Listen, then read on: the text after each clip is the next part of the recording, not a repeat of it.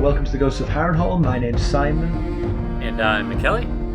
Thank you for joining us for episode 56 of our chapter-by-chapter book review of Song of Ice and Fire by George Martin. Today we're discussing chapter 55 of A Game of Thrones. That's Cat 8. As always, we're going to chat about the chapter and try not to spoil any future plot points for you. And hopefully we'll provide you with some entertainment along our way.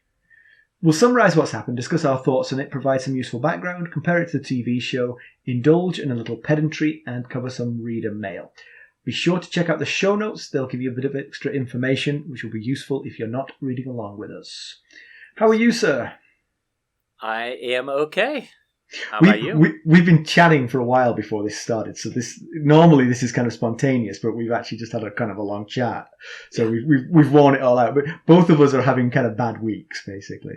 Yeah, it's not been a banner week, that's for sure. Yes. Do you want to hear a puzzling story?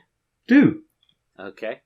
So Saturday morning, I was making the bed, and I took Stacy's pillows off and I put them next to her nightstand. And I was making the bed, and I went to put the pillows back up, and I was like, she was like brushing her teeth or something, and I was like, do you know, why is your iPad in the pillowcase? And she was like, what? It's not in the pillowcase. She thought I was like punking her, and I was like, what kind of joke is that? Like, oh, I put your pillow in the pillowcase, and then I found it. So anyway, she was just like, I don't know what you're talking about. So I put it back on her nightstand and put her pillows up and went about her day. And then that night, so we went to bed, she turned the light off, and like just before I fell asleep, so the lights had probably been off for 5 minutes, I hear a thud, and she said to me, was that you? And I said, no, was that you? And she was like, no. And so she reaches over, turns the light on, and that iPad, the same one that had ended up in the pillowcase, she had placed on top of a book on her nightstand. The book was very securely on the nightstand. It wasn't like teetering on the edge. That iPad was at least 2 feet away on the floor. And, you know, I'm a pretty rational guy. I'm about as rational a person as you can find.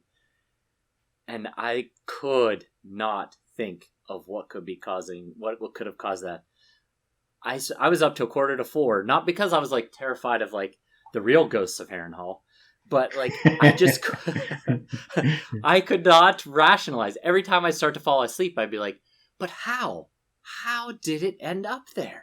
Did it have like a spring-loaded pop socket that suddenly triggered, flew across the room? I could not. The best I could come up with was, both air conditioning vents in the room are on that side. I thought maybe the air conditioning kicked on. She said she turns it face down because it's technically Molly's iPad, and if her friends are texting, and it will light up and, you know, wake us up. So she kept it face down, which is the slicker side, you know, that the AC turned on, enough air force slid it off the book and onto the floor. So I practiced that the next morning. Could not for the life of me get it down. I was like, come on, man, move. Does your manager know what you get up to during the day? That was a Sunday morning. So. Oh, okay. That's okay. Anyway, so that is quite something. I don't know what to say. It seems like there's a ghost.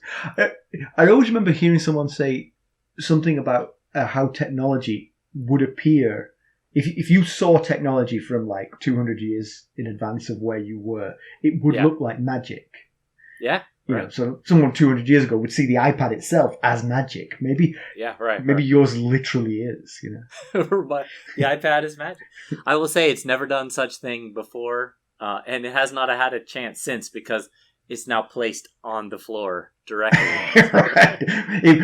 Call me back when it jumps up onto the book. So, anyway, if any of our listeners have any ideas as to what might have happened, please let me know. Well, I got nothing to compare to that, but we have a lot of notes here, so let's get down to business. A quick recap of what Kat was up to last time we saw her. It's been a while since we've seen Kat. Last we saw of her, she was watching in despair as Bronn defeated Savardis Egan in Tyrion's trial by combat. Her hostage and trump card, well, only card, was free to leave the Eyrie, and so she did too. With her uncle Brynden Blackfish Tully and the ever-faithful Sir Roderick Cassel, she was planning to head east towards the coast and from there take a ship to White Harbour in the north, and from there on to Winterfell and her sons. Why don't we give them the summary? Okay. So Cat the Blackfish and the 1,500-strong army of the Manderleys spy the banners of the great northern host as they head south through the misty weather. Moat Cailin slowly comes into view. Cat spies the banners of all the northern lords and is encouraged. Brynden, on the other hand, is dismayed by how dilapidated Moat Cailin is. Cat reassures him that it is more secure than it appears, which would be hard to be less secure than it appears. We get a description of the 3 towers that still stand, and banners fly on each, with Stark the only pennant on the gatehouse tower. They head that way. Cat describes the way the defences work. The only tower that isn't in the bog is the gatehouse, and to attack that, you face onslaught from above from all 3 towers. Plus you're wading through lizard-lion-infested swamps. Brynden decides he's glad he's there by invitation. Yep. She finds Robb holding court with the bannermen. Greywind is the first to notice her, and he trots over and nibbles on her fingers affectionately. The bannerman grows silent, and Robb cries, "Mother!" She resists the urge to run into his arms. One by one, the lords and Theon do her homage, and she explains her route and introduces Sir Wendell Manderley. Cat explains the absence of Sir Roderick. She sent him north from White Harbour on learning of Robb's march, so that there could be a proper castellan in Winterfell. Lewin makes a good administrator, but if defence was needed, she wants someone competent. Roose Bolton asks about Tyrion the Imp. By the way, I typed that while I was watching my beloved Oldham Athletic play against Lincoln City, whose nickname is the Imps. Get out. I was literally doing 2 things at once, and that happened. And get out, Oldham won. It was a pre-season friendly, but Oldham won 2-1. So yes. Roose Bolton asks about the Imps, and Cat explains how she lost him, to general consternation. Cat took our advice and offered to foster Robert Arryn at Winterfell, and that was not well received by Lysa. And the girls went their separate ways on very bad terms. No help can be expected from the Vale.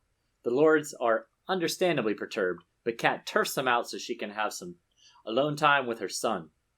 They still resist the urge to just cling to one another, but despite their restraint, the scene is still sweet, and she comments on his newly grown beard. Robb fears that she may send him home, but she recognizes that that would forever taint him in the eyes of the men who will be his bannermen in the future. And if things don't pick up for Ned rather rapidly, that may be very soon. Robb asks if she knows of Ned's plight. She had heard it from Lord Mandalay, who of course knew of it because that's why the banners were being called, was because Ned had been taken captive. Right. Yep. She has not received the letter that was sent to her from Sansa. Robb shows her his letter. They agree it really is from Cersei, and both try to ignore the absence of Arya in the letter. Robb confesses to being unsure of what to do, but Cat walks him through the problem and helps him find his way. He's afraid that if they win, Ned and Sansa will die, and Cat shares his fear, but he can't go to King's Landing, nor can he retreat, so the only way at this point is forward. The best hope is a battle in which he can capture a prize Lannister asset with whom they can bargain, such as how she had Tyrion at one point. She asks for an update. That would have been useful. It would have.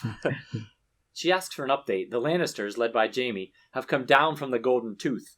Lord Vance was killed, and Piper had to retreat to Riverrun. Worse news is of a second Lannister army led by Tywin attacking from the south. Robb thinks that Ned sent Beric Dondarrion against that force. Tywin attacked them, ignoring the king's banners. The Dondarrion crew was annihilated, although some might have escaped. Reports are confused as to how it actually finished.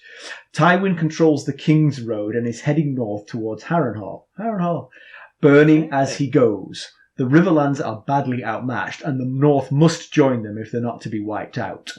Where to, asks Cat. Straight south against Tywin, or across the Green Fork to join up with the Tullys at Riverrun and oppose Jaime? Robb reckons that he must split his force. The foot soldiers go south down the King's Road. Tywin must engage that force, which means Tywin goes north up the east bank of the Green Fork to meet the foot soldiers. So there is a 400 plus miles where he can't cross back again until the twins, held by the Freys, who happen to be owe their fealty to Riverrun. Meanwhile, the mounted men will cross at the Twins, travel west of the Green Fork, and attack Jaime. Robb will lead this force. He intends Umber to lead the other, but Cat suggests the more cunning Roose Bolton. Robb says that he'll arrange for escort for her back to Winterfell, but she says that she must visit her family in Riverrun. Yeah.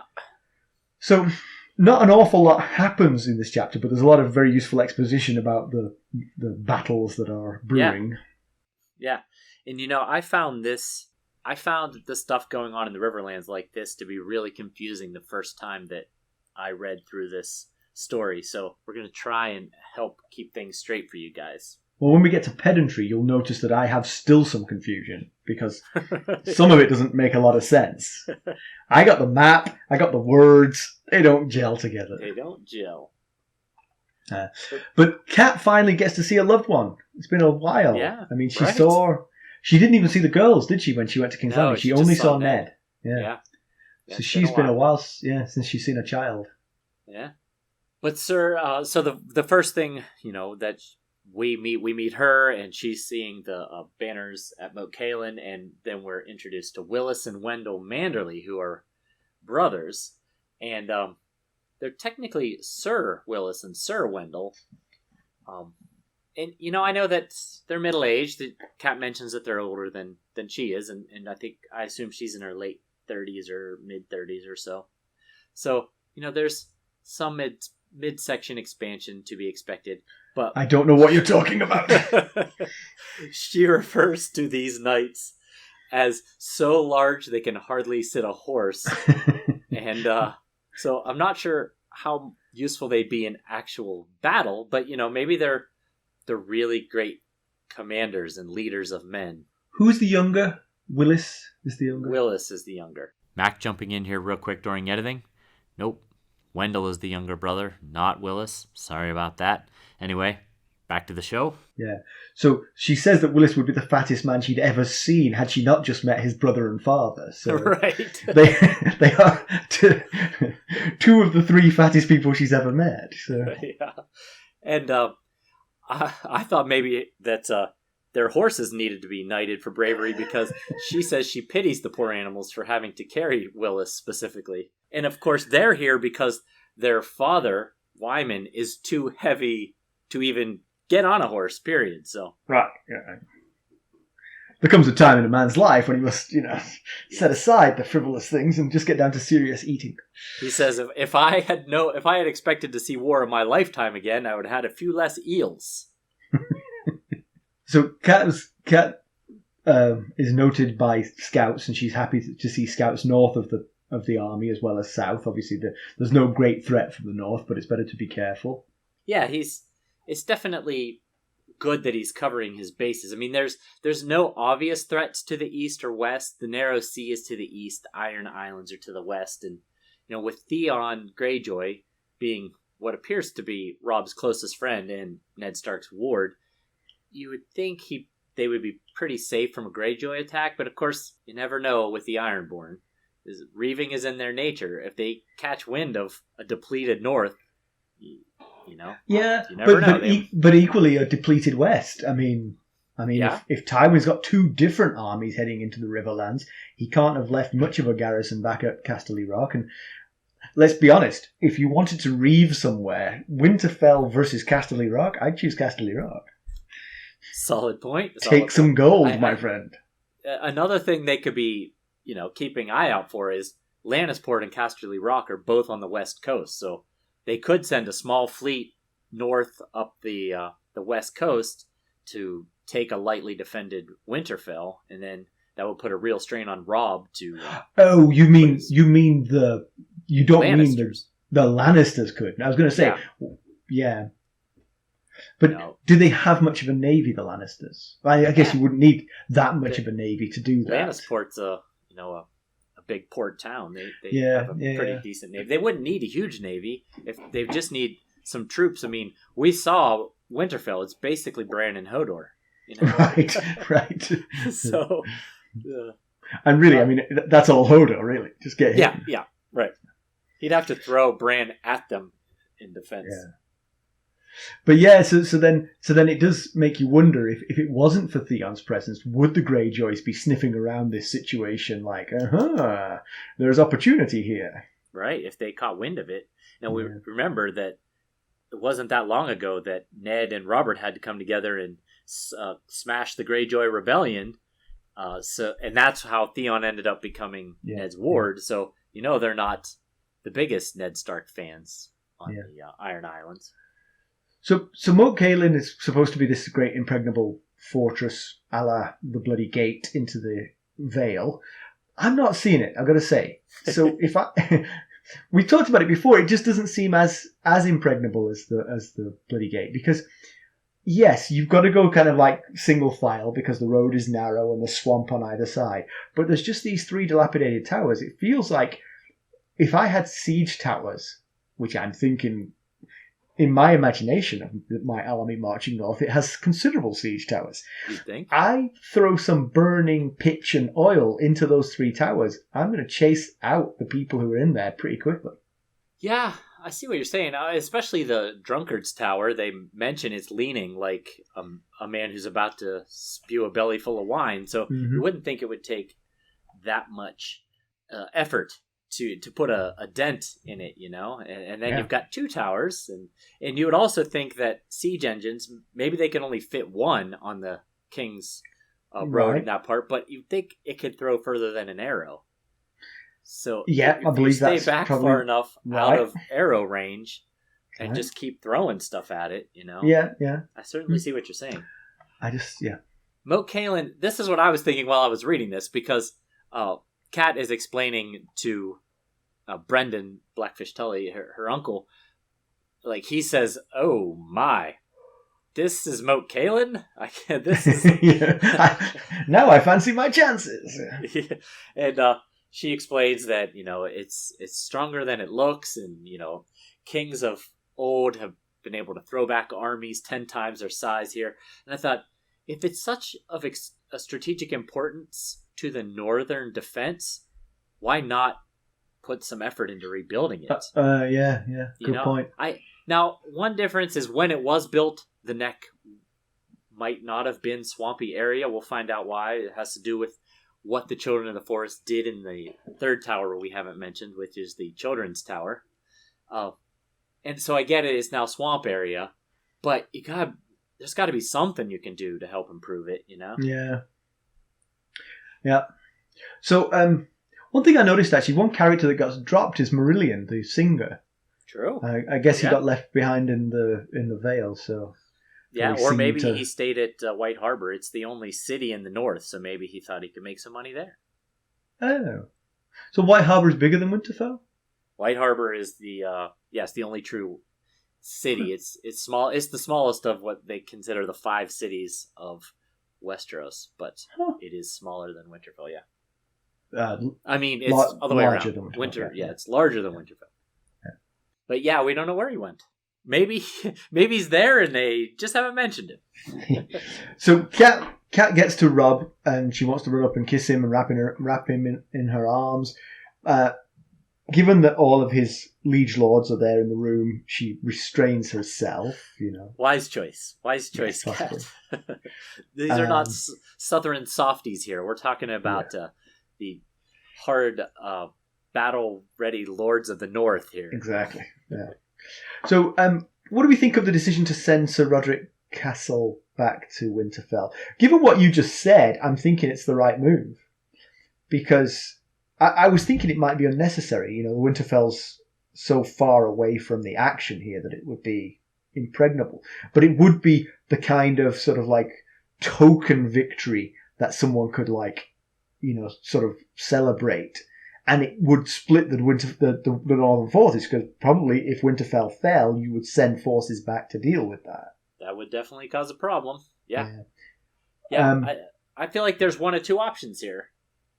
Obviously, there's one of 2 options. Either Kat goes to Winterfell and Roderick goes to Robb, or the way they did it here. Kat goes to Robb and so Roderick goes to Winterfell. And, so you presume that Sir Roderick has some military strategy knowledge. He is the master at arms. You'd think he would have some knowledge of such things. So maybe he'd be able to advise Robb as well, if not better than Cat in military strategy. But he's got a lot of people. He's got a lot of voices already. He does. Yeah, that was the other thing I was going to say is Cat would have a greater influence over Robb. So, you know. But then again, if you're worried about Robb's tactical nous, going there and overruling the people who've got tactical experience is probably not the right thing to do anyway. Yeah, solid point.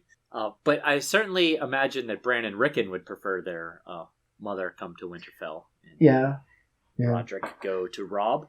And also I wondered if maybe Winterfell would seem stronger with Lady Stark in charge. You know, she would carry more weight in her decisions. But perhaps literally not be as strong, because she would not be able to marshal the troops should defense be required as well as... But, okay, I'll give you an alternative. Why don't they both just go back to Winterfell? I mean, Robb doesn't need them. He doesn't need either of them, really. Yeah, he wasn't expecting them, you know? Yeah. So. And that way you've got both. You've got, like, a Stark in Winterfell who's actually a grown-up. Right. And you've got a guy who can organise the defences if needed. Yeah. Yeah. And I wonder if, I mean, if you think about Cat, getting back to Bran and Rickon,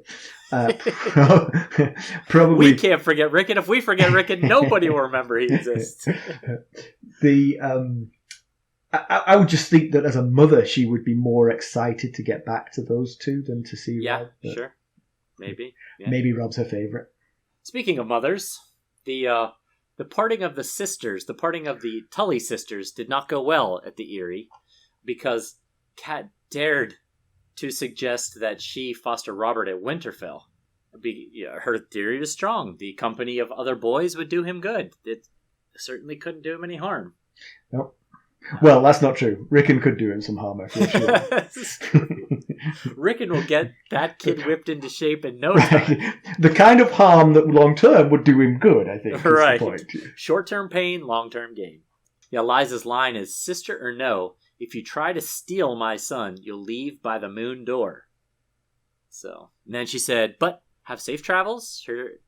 Here's some refreshments for the road, and give my love to the family." No, she did not say anything. Yeah, so, you know, we've been well aware that she will put up quite a fight to anyone trying to separate the pair of her and her son. Which then goes back to the theory that you mooted earlier, that she's a suspect in the Jon Arryn murder. Well, she just threatened to throw her own sister out the moon door if she tried to separate them. She ran from King Robert when he was going to have him fostered at Casterly Rock. So I'm just saying, I don't think she would have been pleased by the idea of Jon Arryn fostering Robert at Dragonstone with Stannis. Yeah.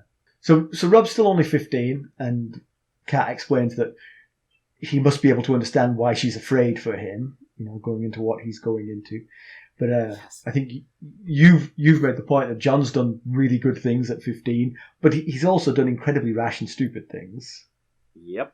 Yeah, that's exactly the thing. It's like, yeah, Robb, just like Jon, is probably prone to some really great ideas. You know, they're both very smart, and they've been well trained by Ned and probably Maester Luwin with things of intellect, and by Rodrik Cassel with things of fighting nature and stuff like that. But then they're also, you know, they're 15-year-old boys. They're prone to, like, what were you thinking? What was that? Yeah. So that's not ideal to have your battle commander be a 15-year-old boy. But a 15-year-old boy, well advised, who's wise enough to listen to good advice, that's probably not a bad situation. It's definitely better than a 15-year-old boy who thinks he knows everything and doesn't want to listen to anyone. Amen. So Kat even suggests that Robb could have given command to any of the men, as she puts it, who just left, she just booted out of the room here, including Theon. Robb's defense is, but they're not Starks. And she says, but they're men, Robb. They're battle-tested men. And I thought, well, so how old is Theon then? We've never really gotten that information. So I looked it up. He's somewhere between 19 and 20-ish. Okay. So he's 4 to 5 years but older than. Doesn't feel like he's very battle tested. He's no more battle tested than Jon, Right. I mean, he's had a slightly rougher childhood, being abducted by the Starks, basically. But they looked after him. They didn't treat him like a servant. They treated him like one of their children. Right. Yeah. Exactly. As far as we know, the first time Robb killed anyone was when he put that arrow through Stiv to free Bran in the Wolf's Woods. The first time Theon killed anyone, yeah. Yeah, what did I say? I think you might have given that to Robb. Okay, I meant It's a trend with me. Yeah. Calling people by their wrong names. Some character in the book. Later, when Robb says he was thinking of giving command of the infantry force to the great John Umber, Cat thinks that's a mistake. I'm not so sure. The man's 8 feet tall and laughs when a wolf bites his hand off. That's Robb's argument too. Yeah, I mean... Yeah, but I do see the value of putting Roose Bolton in charge, because he does seem like a thinker. Yeah. I just wonder, this conversation comes up later, but she mentions that the Great John is fearless, and that Ned was not fearless. Ned was brave, and there's a difference between the two things. And she said you'd rather have someone cunning, then he suggests Roose Bolton. And I thought, but you should also have loyalty in there, shouldn't you? I mean, this person is leading your army in your name. You've got to be able to make sure they are loyal to you first and foremost. But I think these lords have shown pretty good loyalty already. I mean, they've all left their home, marshaled their troops, and now dragged them into the Riverlands to fight a force that hasn't attacked them, because the child of this force has imprisoned their lord in response to their lady imprisoning a child of I'm just saying. So I would say that all of the lords of the North are showing pretty good loyalty right this second. That's true. At this second, it's just this person's going to go off and really be the only thing separating Tywin's host and the North, aside from Moat Cailin. So they read the letter that Sansa sent, the one she sent to Robb, which he has in his possession. He also he said he also received the one for Cat, but he never read it and didn't bring it. Yes, so, right. So maybe that was different, but I assume not. It also answers the question of where did they send the letter to Cat, because we wondered that at the time. Cat's traveling. Where are you sending this letter to? They just sent it to Winterfell. Yeah. They understand that there's a threat in there, that Sansa's a hostage. They're going to keep her. And Robb hoped that they could trade Tyrion for the hostages. I wonder if a 1-for-3 deal would have worked with the Lannisters, especially with Cersei, because she's not very fond of Tyrion. Yeah, I was going to say, I don't know that they would have gotten any of those 3 pieces for Tyrion. Yeah. I think, I don't know that Cersei would have thought highly enough of Tyrion to give up one of her pieces to get him back, one of her hostages. Yeah, but Tywin might. Maybe we have not met Tywin to know their father-son relationship, but what we've heard isn't the best. Yeah, but hey, here they are. Jaime and Tywin are in the field fighting. Yeah. Because Tyrion was taken captive, so they're not. I think it's probably more of a slap to the Lannister name than because of their fear for Tyrion's safety. Right. But the thing is, from the Starks' point of view, if they were able to capture Tywin, say, then the Starks would want 3 for 1, because you can't trade your only trump card for just one of their trump cards. Right. You've got to trade it. It's got to be all for all, no matter how many you catch. Yeah, good point. But Cat tells Robb that Lysa is not stirring beyond her bloody gate, and he takes it pretty hard. He starts to tear up, and he has to turn his face away because he doesn't want to see he doesn't want his mom to see him crying, and he's basically, she sees him as just a child looking to his mom for answers, and she's like, this won't do. This guy has designated himself battle commander. He can't be crying and looking at me for answers. So yeah, but you know what? It's a cause and effect thing. He wouldn't be there crying if it wasn't for the fact he was alone with his mother. Right. Yeah. When you're alone with your mother, you revert to childhood. We're all the same.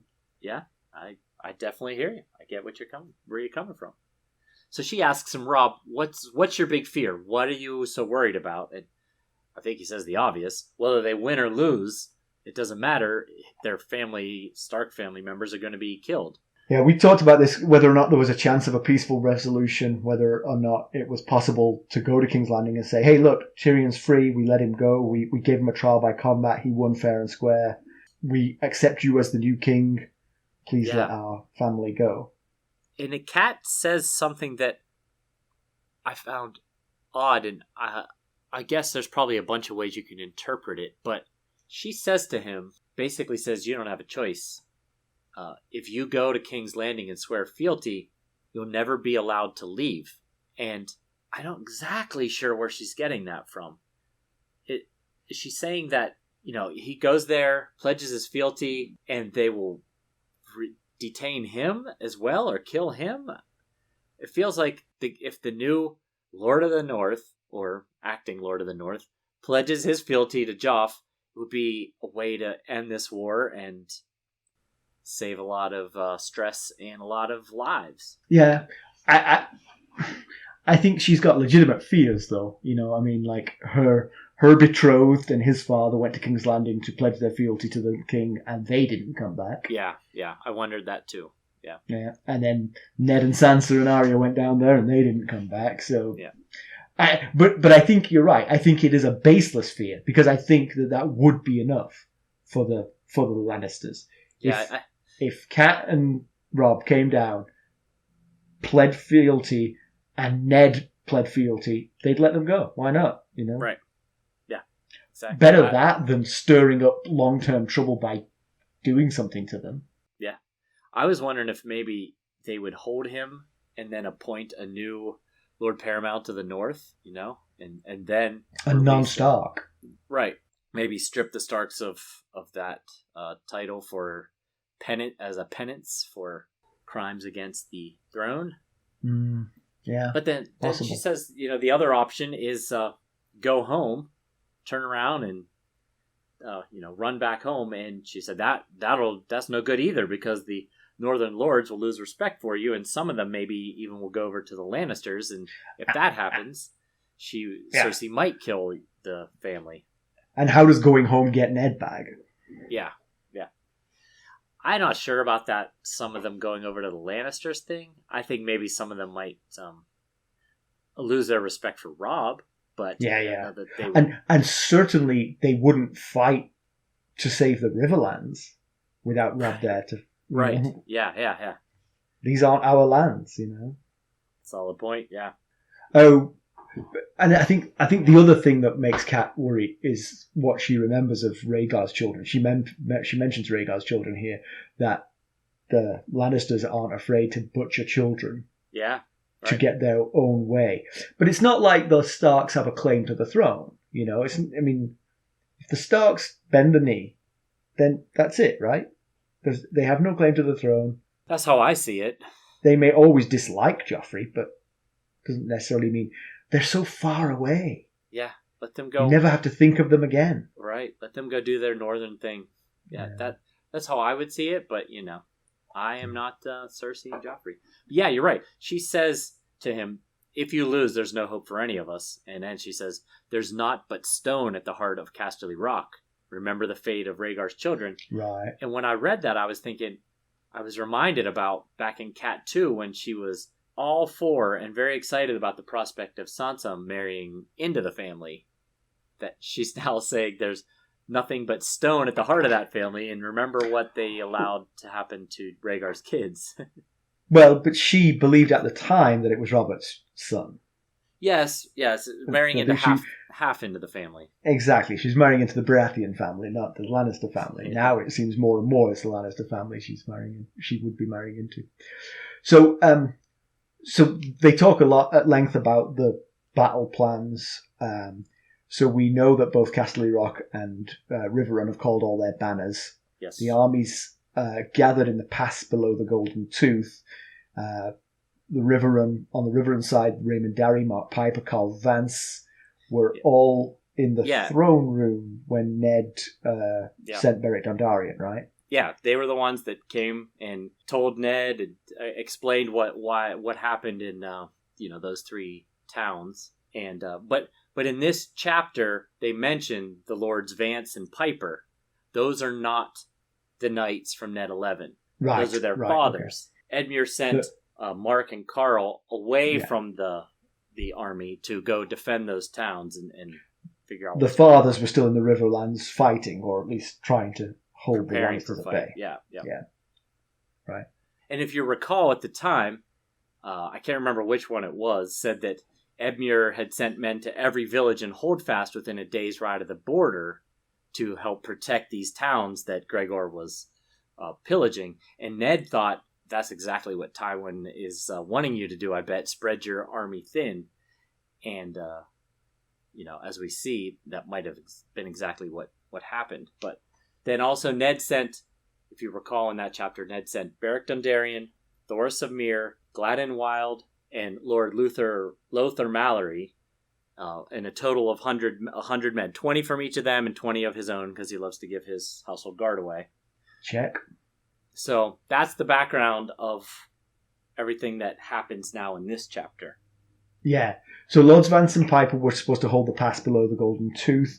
Jaime outnumbered and defeated them. Not enough people in that army, partly because Edmure stripped it to protect all of the border towns. Yep. Lord Vance was killed. Piper fell back to Riverrun, where he joined Edmure Tully.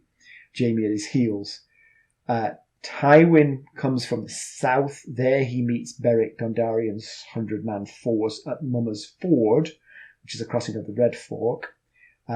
Beric tries to pull back across the Red Fork, and he runs into Gregor Clegane's company coming the other way.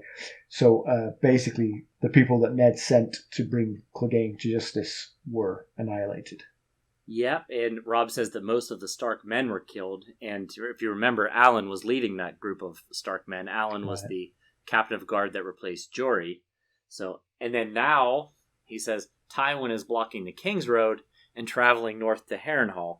Now, like you alluded to earlier, a lot of this doesn't make a whole lot of sense if you look at the map. But one thing that I was thinking about is that we have to keep in mind, this is from Robb's perspective.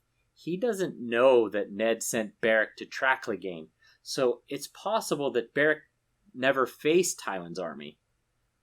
Maybe he was told Beric faced a force south of the Golden Tooth and assumed it was Tywin's army, not knowing that Gregor had a third separate force. And so it's maybe Tywin and his army went further south than where Gregor was, straight to the King's Road to block it off, and then started north to Harrenhal, which also removes Tywin from any stain of whatever Gregor is up to. And also the stain of attacking the King's banners. Exactly. Well. Yes, exactly. It did sound like they were getting reports of this, though. That it sounded fairly concrete, but of course, I mean, people make extrapolations from what they hear, you know. Yeah, he says at the very beginning of this, or somewhere in this, he says, the letter said, but we never know, we're not told who the letter was from. Right. And we don't know what the letter contained, so like you just said, this might be some inferences that he's making based on the letter, because he thought that Ned must have sent that army Beric Dondarrion north. Yeah, and the letter writer might have made inferences of their own from sketchy information, you know. Exactly. So that might be why a lot of this doesn't make a whole lot of sense. So Clegane is obviously not going to get brought to justice. And just thinking back, so Loras Tyrell might count himself lucky he wasn't chosen for that little escapade, because it doesn't sound like it ended very well. No, it doesn't. He owes Ned a debt of gratitude, I think, for that one. But Robb mentions that he's sent a letter to Howland Reed. If you recall, Howland Reed was the lone survivor of Ned and his friends' battle at the Tower of Joy with the 3 Knights of the King's Guard, to where his sister Lyanna was being held. The lone other survivor, because I think Ned got through that one. Exactly. He was the lone survivor that isn't Ned. Got it. And Robb says that Howland's Crannog men will bleed the Lannisters if they come up through the neck and try and attack the north. Now, so the neck would be north of the Twins, and south of Moat Cailin?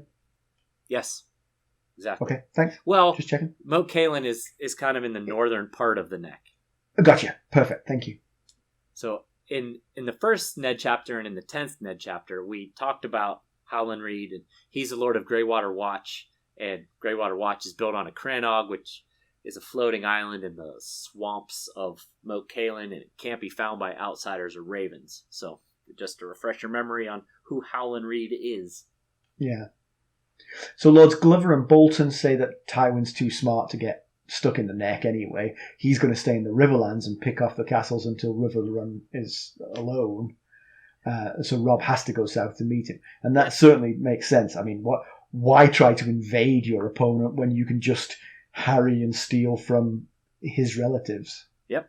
Especially since the Riverland troops are scattered and possibly too thin to resist. So then we get to Robb's decision. So basically, he's got two forces to fight against. He's got one force. Keep that one force together to try and overwhelm those two forces one by one, or split up his force to face them both. It's a toughie. I mean, I think the typical warrior ideals would be to not split up your force, right? But they are causing mayhem, and they are scoring victories, which it would be good to stop. Yep. So I think the plan he's come up with possibly is good. It seems dangerous for the force he's sending to face Tywin's army. If Tywin's army is substantial and he's only sending the footmen to face it, yeah, it feels like that might be a suicide mission. Yes, exactly. Yeah, and I wondered about that. It's something that Kat says made me wonder regarding that. But basically what he's doing is he's going to send basically a decoy army down the east side of the Green Fork, down the King's Road, hoping to draw Tywin and his army north past the Ruby Ford, which is the only place to cross the Green Fork until you get way up to the Twins. Yes, it's where the King's Road crosses the Green Fork, right? Yeah, and so he's got to go north to attack him, which will pin him to the east side of the Green Fork because there's 500 miles between crossings. Which I got to say, just a thought here. I think Tywin will engage because I think he will. Yep. But just a thought here. If you send those men, so those men march down that King's Road. It's 500 miles long between the Twins and the Ruby Ford. You just leave a garrison at the Ruby Ford to fight and harry them. Tywin's army could go the other side and join up with Jaime and just complete the pillaging of the Riverlands while that army is trapped on the other side of the river. Yeah, I guess that's true. Maybe that's part of Kat's concern about splitting the army. For weeks on end. Yeah. Because 500 miles is weeks of marching, you know. I guess what Robb is banking on is Tywin not knowing that it's the full force of the Northern Army coming down the King's Road. Right, that banking on the fact that he thinks it is. Yes, that he thinks it's the full force of the Northern Army, and he's riding north to meet it. But So then, while that's happening, we mentioned this in the summary, Robb and the mounted force are going to cross at the Twins and come down the west bank of the Green Fork and make it to Riverrun, join up with Edmure to battle Jaime's army. So if that works as planned, it's a good idea, unless you're part of the infantry group, because you're kind of just being left out there to face Tywin's army by yourself. Yeah, so. But I mean, if that's the plan, I mean, you get in sight of them and then you start running. Yeah, right. You've done your work at that point. Run away. And Kat even says, "Which are you going to lead?" to Robb, and Robb says, "I'm going to lead the mounted force," and she says, "Just like his father, taking the more dangerous option." And I was like, I don't know. I wouldn't want to be on the infantry side over there. Yeah, it seems like a rough draw to me. I think he'll see more action on the mounted force on the west side of the Green Fork, but I think they'll see more "you're going to die" action on the east side of the Green Fork. And I also thought that this plan hinges a lot on Walder Frey to allow, not cause any issues with them crossing at his twins crossing over the Green Fork. I mean, he's the late Walder Frey. We know this. You know, his loyalty is up for sale, but he's a bannerman of the Tullys. Yes, and that's Robb's point. When Robb's army and Cat Stark come and say, we're heading to River Run, he's going to let them cross, you know? Yeah. That's exactly what Robb says when Cat says, he's the late Walder Frey for a reason. My father doesn't trust him, and neither should you, but they are trusting him. This whole plan hinges on him doing the thing he's supposed to do, which is let them cross. But if he says no, you cross anyway. You've got an army. You're an army about to fight Jaime Lannister's army. You better be able to take Walder Frey, you know? Yeah, although he's embedded in his castle. So. True. Okay, so just a comment before we move on. The lack of crossings of the Green Fork is startling. 500 miles without a crossing? Yeah, that's a lot. That's crazy. Yeah. I mean, imagine if you were entrepreneurial, you could go to the 250-mile mark and build a bridge, and you could charge a lot to cross that bridge. Absolutely. No one's thought of this yet? Yeah. The only thing I can think of is that the Freys are some kind of cabal that don't allow anyone to build bridges. You know, we have the only bridge. Yeah, that very well might be the case because I think they like being the only crossing available until the Ruby Ford. So yeah. And I thought it was interesting that Kat liked the direwolf because she definitely didn't like the direwolves at first, but ever since Summer defended Bran, she's warmed to them. Good point. Yeah, that's true. And she also she expressed some disdain for Theon again, didn't she? She just said you could have even named Theon as commander, but it wouldn't have been my choice. So he always gets these barbed comments. No, yeah. All right, so to background, so Roose Bolton got a few mentions here. So just to remind you, he's Lord of the Dreadfort. According to this chapter, he has a small voice, colourless eyes, and his look is disturbing. Larger men are quieted when he speaks. He sounds a bit creepy. Yes, definitely. Yeah, Robb says he scares me, and Kat says hopefully he scares Tywin too. Yeah. Well, one of the three towers at Moat Cailin is called the Children's Tower. So we've got the Drunkard's Tower, the Gatehouse Tower, and the Children's Tower. It was named so because it's where the children of the forest supposedly called down the Hammer of the Waters. And we've mentioned this in a previous chapter. It was one of the Vale chapters to deal with the First Men. I think it might have been the one where Tyrion was traveling back, or maybe it was Kat on her way. Either way. And we mentioned at the time that according to songs, the children used the dark magic to shatter the arm of Dorne, creating the stepstones and the broken arm. But they also managed to flood the neck into the swamp that is today, which is why I said way earlier, I understand that when Moat Cailin was built, it wasn't a swamp.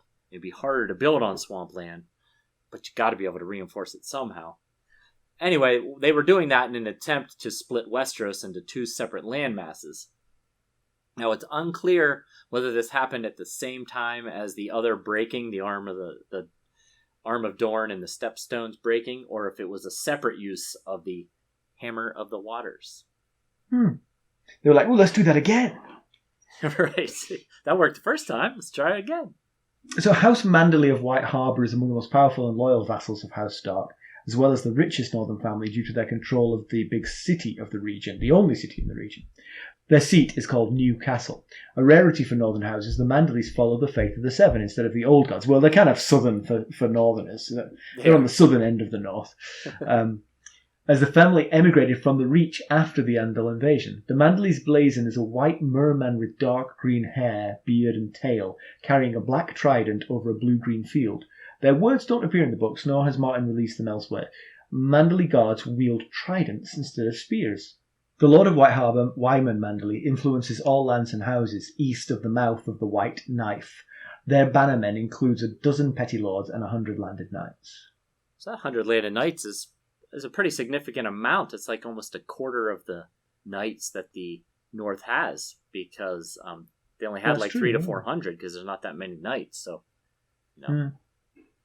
Anyway, the Mandalays have kind of an interesting backstory because they're a very old house, and they made a major move, which is unusual for houses. The Mandalays once lived along the banks of the Mander River in the Reach, and some claim that the river was actually named after them.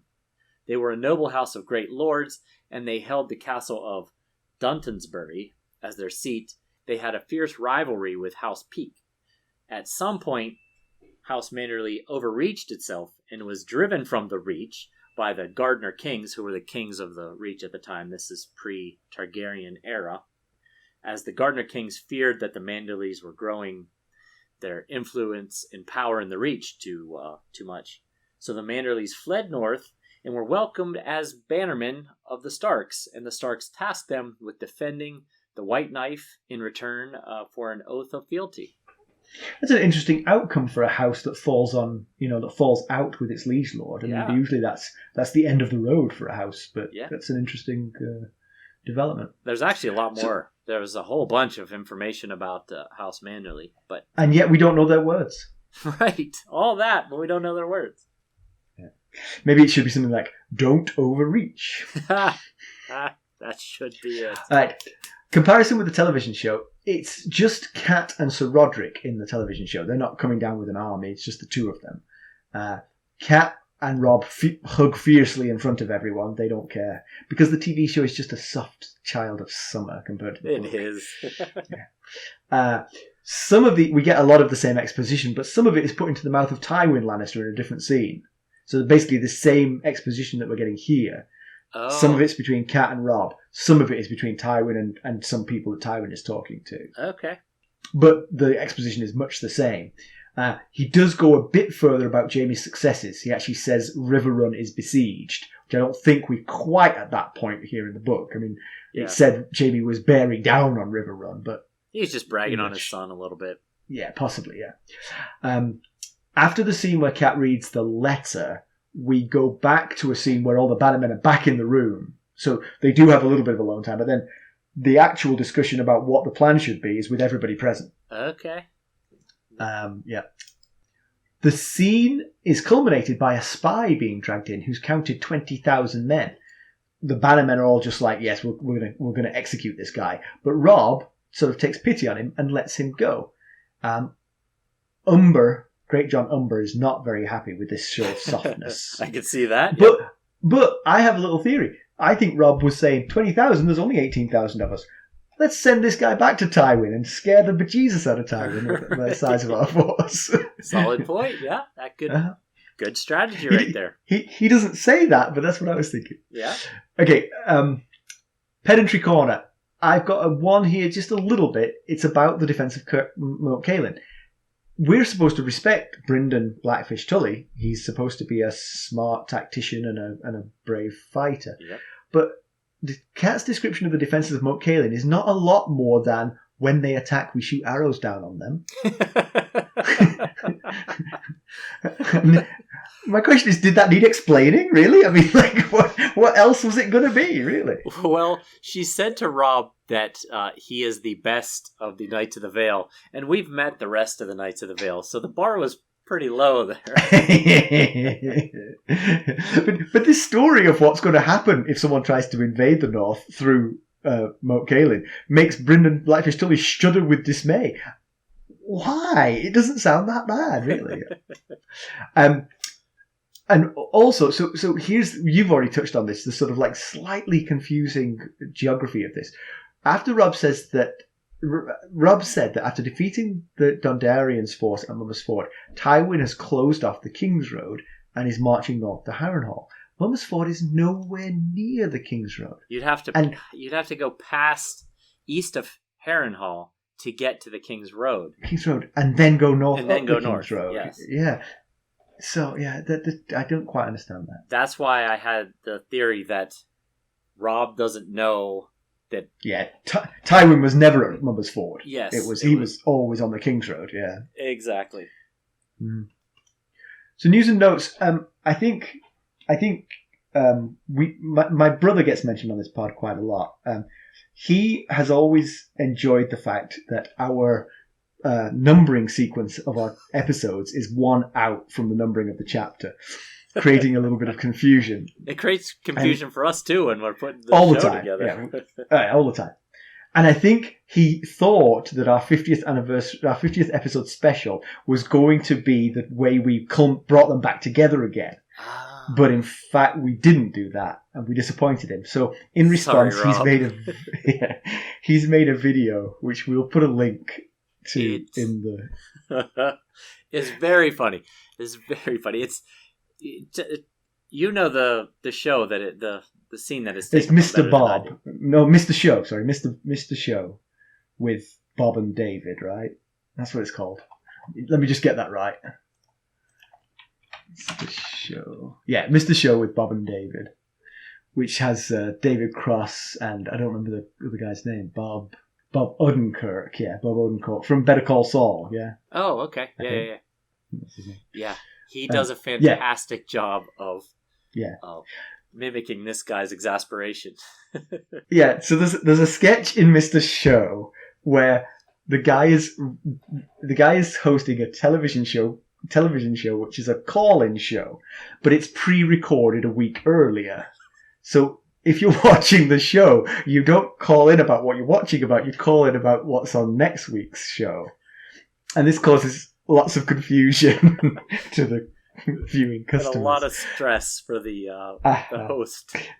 And my brother Rob has spoofed that sketch very well. Very well. Well done, Rob. Round of applause to Rob. That was very well done. So. I was laughing so hard. So we'll definitely share both the original and the fantastic remake of Rob. Yes.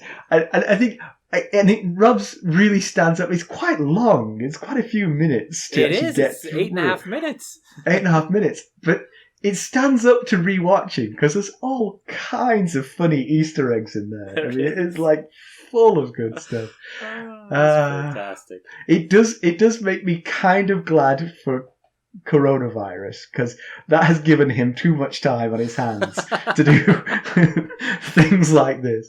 It must have taken him hours. I know. I was thinking that while I was watching it. I was like, I mean, he literally grows a beard.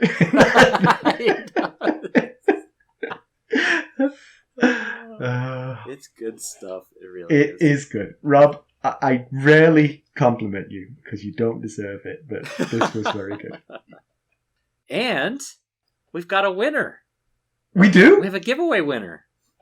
Who is it? Our winner, drum roll please, is Catherine. Catherine? Yeah, Catherine.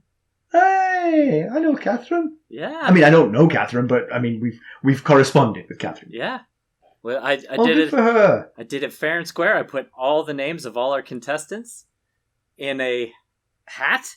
I wrote them on little pieces of paper, put them in a hat, mixed them around, and reached in and pulled her name out. So congratulations, Catherine. Congratulations, Catherine. So I guess we'll send her an email. She doesn't have to wait for this episode to learn this. Correct, yes. But again, as we've said before, we're willing to sign the box if she thinks that will increase the value of this thing. If you don't want us to deface it, we won't do it. Exactly. Totally your call. All right, come on. We've got to get to bed. Yeah. I mean, that sounded like a proposition which I did not intend. It's getting late. The ghost is waiting for me up in my bedroom to throw some stuff in. Let's conclude. So, Kat finally gets to see one of her children. Hey! Oh, nice. Good job, Kat. Of course, she now passed up the opportunity to go see the other two children. She's going to head south with Rob. Yeah, but I guess it will help them get across the river at the Twins, and I guess I don't know if there's animosity between the North and River Run without her, but yeah. Hey, they're there to fight for them, right? Exactly. You think they'd be welcoming, yeah, and the bannermen of the North are understandably dismayed at the loss of Tyrion. I'm not sure he would have done they would have gotten exactly what they wanted from him, but he's better than nothing, which is now what they have. Yeah. So they must be saying, you've dragged us into this war by kidnapping one of their family, and when they replied in kind, we managed to lose the one we had. So... Great job there. Thanks. So now we're fighting for absolutely no reason, but of course we have to now. Right. Half of us are in their clutches. Yeah. Kat seems like she's kind of interfering a little bit in Robb's decisions. He's made solid choices to this point. You know, I think he said at the time when he was back in Winterfell that he didn't really know what he was doing. He was just hoped it was the right response. He was in charge. Yeah, and it seems like he made the decisions she would have wanted him to make. She wanted him to come and fight. She didn't want him to come himself. She wanted him to stay back home. But everything else he's done is basically what she has said he has to do. Catelyn Tully did not want her son to lead the army, but Ned Stark's son was always going to lead the army. That's a good point. Well said. Well said. Why is she going to Riverrun? I mean, I get it. She can help them cross the Twins, but, you know, Bran and Rickon, they need her. Go home, woman. Right. They're pretty all alone up there. And now we got Bran raising Rickon. And or maybe not. I don't know. Shaggy might be doing the heavy lifting there. Rickon raising Cain. Yeah. You know, her argument, I don't remember if we mentioned this or not in the summary, but her reason for going south is that her father may be dying. And that's true. She's gotten word that he's sick. She doesn't know how sick. And that her brother is being, you know, besieged at Riverrun. Yeah. So she's got to go. And her father, he's at Riverrun too, right? He's at Riverrun too. Yeah, they're both at Riverrun, yeah. Now, of course, she has Brynden, her uncle Brynden, who is a Tully. She could send him, you know, in her stead and go north to Winterfell. But, you know, I get it. She wants to see her dad, but it does make it tough that she's leaving those kids alone again, which is scary. Yeah. Alone and undefended. But being alone, not that big a deal, but they're alone and very undefended right now. Yeah. Yeah, but I think you're unnecessarily worried. I think the war is here. Yeah. You know, Winterfell is far removed. They're safe back there. Seems anyway, like you can always reach us at ghost.harrenhall@gmail.com. Follow us on Twitter at @GhostHarrenhall, Facebook, Instagram, and now YouTube. And if you like what we're doing, please leave a review on iTunes or anywhere else. Yeah, just because you didn't win the Jon Snow Funko Pop doesn't mean you can't leave us a review. You could still do it for us. We'd appreciate it. Exactly. Yes. And even if you don't want to take the time to leave a review, if you just swipe that finger over to 5 stars for a rating, that takes like less than a second. So, you know. Yeah, that'd be great. We would really appreciate it. We would. Thank you for listening. Thanks. Bye. Bye.